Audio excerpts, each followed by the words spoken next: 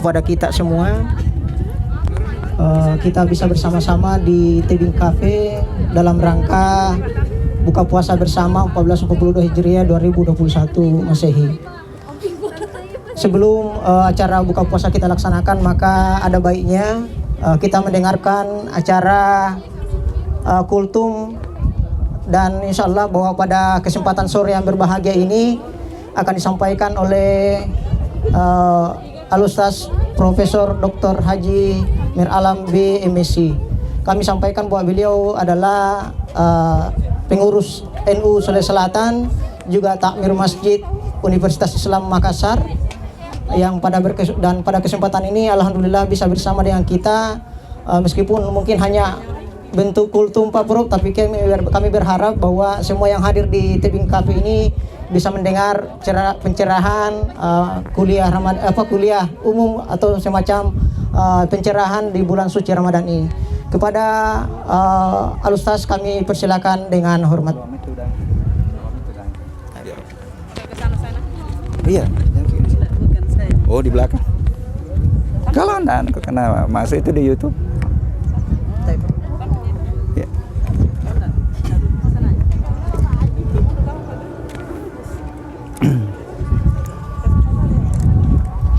Bismillahirrahmanirrahim. Assalamualaikum warahmatullahi wabarakatuh. Alhamdulillahillazi ja'ala syahru Ramadan allazi unsila fihil Qur'an hudal linnas wa bayyinatin minal huda wal furqan. Asyhadu an la ilaha illallah wahdahu la syarikalah wa asyhadu anna Muhammadan abduhu wa rasulullah nabiyya ba'da. Hadirin hadirat, kaum muslimin muslimat yang insya Allah dimuliakan Allah. Puji dan syukur senantiasa kita panjatkan kehadirat Allah Subhanahu wa Ta'ala, Tuhan yang menjadikan bulan suci Ramadan yang penuh dengan berkah, di mana diturunkannya Al-Quran sebagai hudan, sebagai petunjuk, sebagai silmi kafa untuk menjadi pedoman hidup merebut kebahagiaan di dunia wal akhirah. Salawat dan taslim kita haturkan kepada Nabiullah Muhammad sallallahu alaihi wasallam, nabi yang diutus di permukaan bumi ini untuk menyempurnakan akhlak, nabi dan rasul di mana seluruh umat Islam sudah pernah membangun komitmen dalam syahadat untuk menjadikan Rasulullah sebagai contoh, sebagai suri teladan bagi yang mengharapkan keselamatan dunia dan akhirat, liman kana yarjullah wal yaumil akhir. Baik di dalam melakoni peran kehambaan Abdillah yang berimplikasi kepada bagaimana amalan-amalan ritual kita, bagaimana melaksanakan salat di awal waktu yang penuh dengan keberkahan, bagaimana mulianya orang yang melengkapi salat-salat wajibnya dengan salat sunnah sebagai jalan perebutan untuk mendekat kepadanya, maupun di dalam melakoni peran kehalifaan dalam berbagai profesi, sebagai guru, sebagai KTU, sebagai dekan. Tidak ada profesi yang tidak mengharapkan adanya kejujuran. Inilah yang mengantar Rasulullah menjadi hebat, pemimpin hebat, kepala rumah tangga yang hebat, pemimpin umat yang hebat. Bahkan sebelum jadi Rasul sudah mendapatkan gelar Al-Amin. Ini luar biasa. Ketika dalam rumah tangga ada dusta di antara kita, saya yakin disitulah awal kehancuran rumah tangga. Ketika dalam suatu institusi transparansi tidak ada, kejujuran diabaikan, yakin di situ ada peluang, di institusi itu ada masalah. Ketika di dalam suatu negara kejujuran pemimpin sudah tidak ada, itu juga awal kehancuran dari bangsa. Nah, mudah-mudahan gejala-gejala ini kelihatannya sudah terjadi di Indonesia. Kita tidak susah mendapatkan siapanya sebenarnya yang jujur di dalam kepemimpinan ini. Nah, hadirin sidang buka puasa yang insya Allah dimuliakan Allah. Nah, pada kesempatan ini saya sedikit akan fokus bagaimana sih memaknai hakikat dari peran kehalifaan. Karena semuanya kita hadir sebagai khalifah, sebagai warisan dari nenek kita Adam. Inni ja'ilun fil ardi khalifah. Sebagai khalifah bukan diberikan amanah untuk mengelola alam itu untuk merusak alam, tetapi untuk memakmurkan bumi. Karena ini persoalan sekarang, data lingkungan yang kalau kita buka media itu, hutan di Indonesia itu tinggal 25%. Jadi jangan terlalu banyak bertanya kenapa bencana di mana-mana terjadi. Longsor, belum selesai corona hadir longsor, belum selesai corona hadir, maaf, yang baru-baru menimpa warga kita. Saya cukup ikut prihatin. Saya hanya mengontrol teman-teman melalui WA, melalui HP. Ya, meskipun ada daerah-daerah yang sudah tidak bisa juga dihubungi dan mengkhawatirkan, berhari-hari dihubungi baru ada bahwa saudara-saudara kita selamat. Ya. Gempa di dalam Al-Quran, saya baca sejarahnya. Di sejarahnya hancurnya kaum Madian, umatnya Nabi Shu'aib. Rupanya ada 3 penyebabnya di luar dari kerusakan alam. Ini menjadi renungan nanti bahwa jangan-jangan nanti di dalam kita melakoni peran kehalifaan dalam berbagai profesi, itu kita terlibat di dalamnya. Hati-hati. Yang pertama adalah mengambil haknya orang. Bahasa kerennya kapan sekarang? Korupsi. Jadi itu yang pertama, yang bisa memancing datangnya gempa. Yang kedua adalah curang dalam timbangan. Nah, ini timbangan bisa timbangan fisik, bisa timbangan keadilan. Terkadang juga ini sudah jadi masalah. Ketika orang kecil yang bersalah, dia terjerat dengan hukum yang maksimal. Ketika orang besar yang bersalah, dicarikan pasal supaya bebas dari hukum. Dan itu sudah ayat. Allah menyampaikan ketika hukum yang melandasi adalah nafsu, yang benar disalahkan, yang salah dibenarkan. Ketika orang bersalah dicarikan pasal supaya bebas, tunggulah awal kehancuran alam semesta ini. Jadi pemancing bencana juga itu. Kemudian yang ketiga, banyak gangguan. Kita lewat di jalan, ada yang panah, ada yang lempar. Ini di Makassar, Pak, sudah banyak. Ada begal. Itu juga memancing. Yang keempat barulah kerusakan alam. Mohon maaf, peristiwa-peristiwa alam yang terjadi terkadang semua logika kita jalan. Oh, karena Majene memang dia rawan karena dia berada pada lempeng A, lempeng B, lempeng C. Saya bilang bagaimanapun lempengnya kalau tidak ada kehendak tidak akan terjadi. Meskipun dengan sunnatullah itu dari pelajaran dari ayat-ayat kauniyah yang diungkap oleh orang teknik, itu menjadi kehati-hatian kita untuk memperbanyak doa. Tetapi ketika doa kita masih dikabulkan, biar bagaimana lempengnya tidak akan terjadi itu.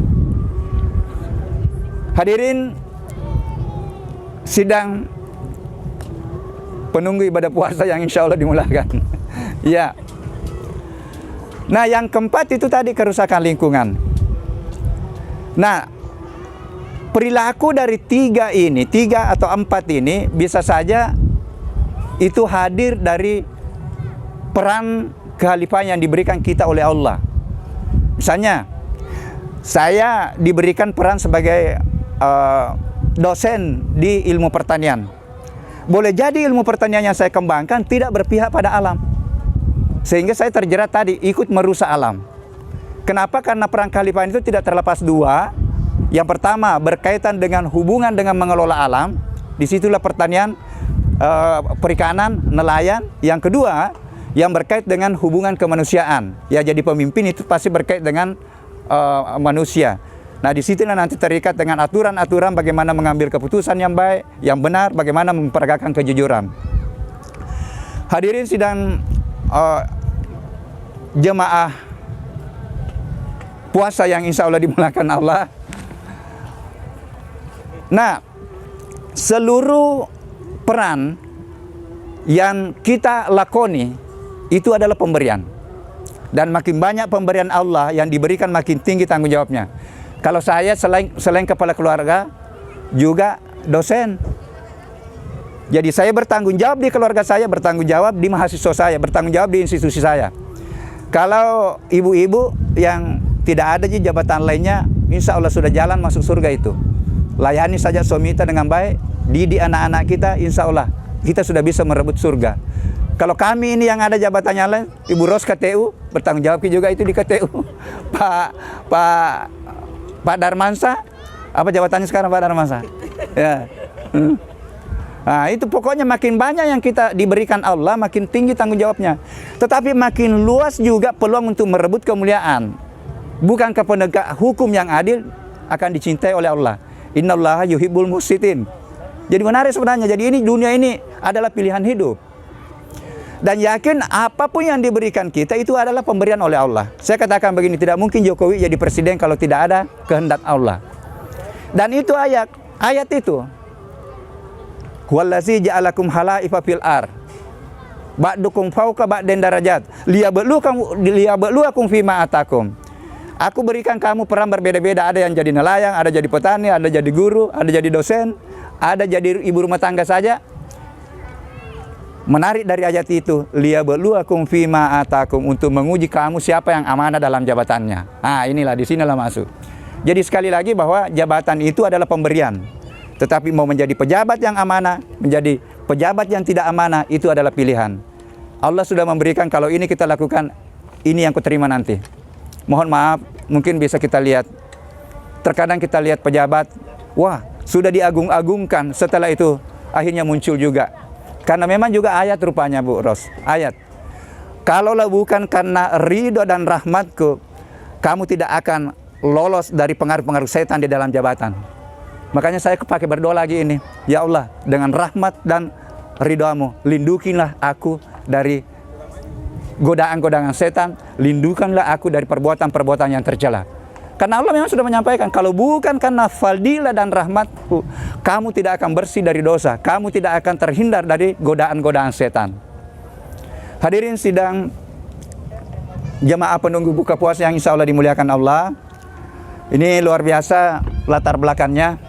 Dan ini adalah ayat Pak Tamrin, ini adalah kaunia, ayat-ayat kaunia yang bisa kita merenung di dalamnya, ini apa yang ada di dalamnya.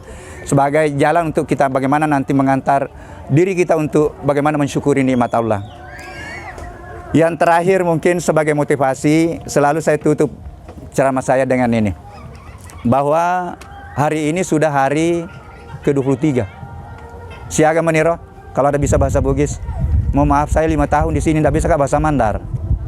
Gara-gara Pak Tamrin tidak ajar Kak bahasa Mandar. Hanya dia kasih Kak kamus, berapa kamus saya kasih Kak, tapi tidak bisa Kak juga. Ya.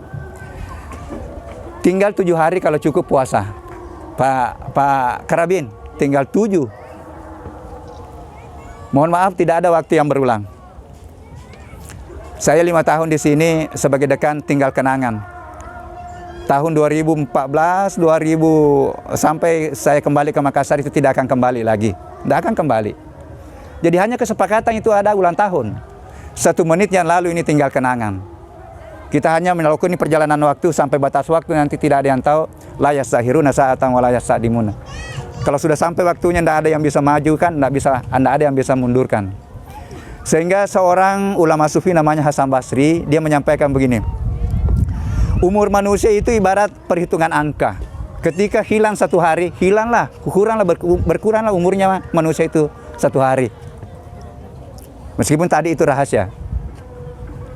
Sehingga dia menyampaikan sepotong hadits qudsi yang artinya, ketika matahari di sebelah timur sana itu tampil, matahari itu berteriak, hai ini umat manusia, aku ini adalah makhluk baru.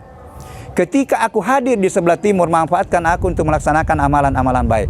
Bagi ibu rumah tangga, gunakan untuk bagaimana melayani suami dengan benar, mendidik anak dengan benar. Manfaatkan. Karena ketika aku pergi, aku tidak akan kembali lagi sampai dunia ini kiamat. Itu artinya tidak ada yang berulang kan? Yang terakhir, yakin bahwa ada 1 malam nanti kita tunggu. Bisa saja saya katakan tadi malam, kayaknya belum tadi malam itu.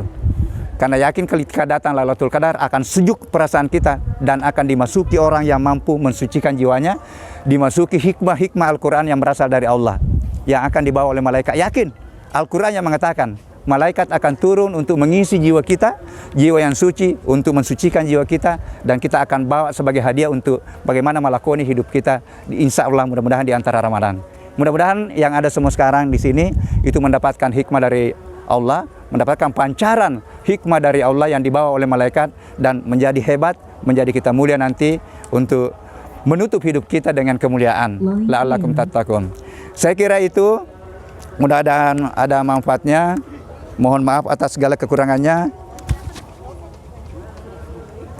Wallahu muwaffiq ila aqwamit thoriq. Assalamualaikum warahmatullahi wabarakatuh.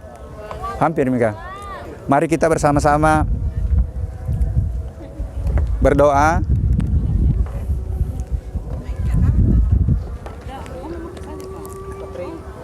Nashhadu an la ilaha illallah wa nastaghfirullah, nas'aluka ridhaka wal jannah wa na'udzubika min sakhtika wan nar.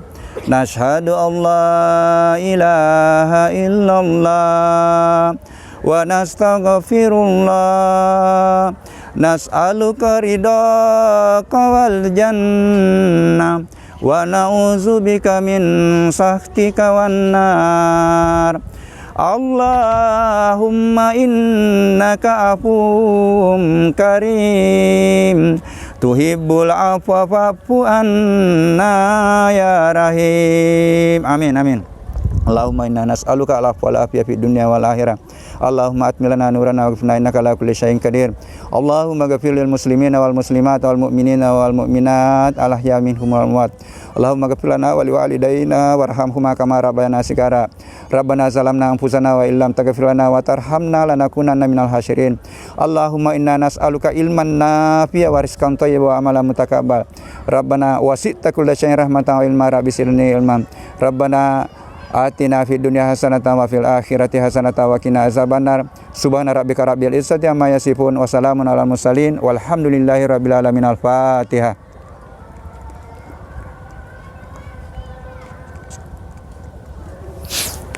Assalamualaikum warahmatullahi wabarakatuh. 2 menit lagi.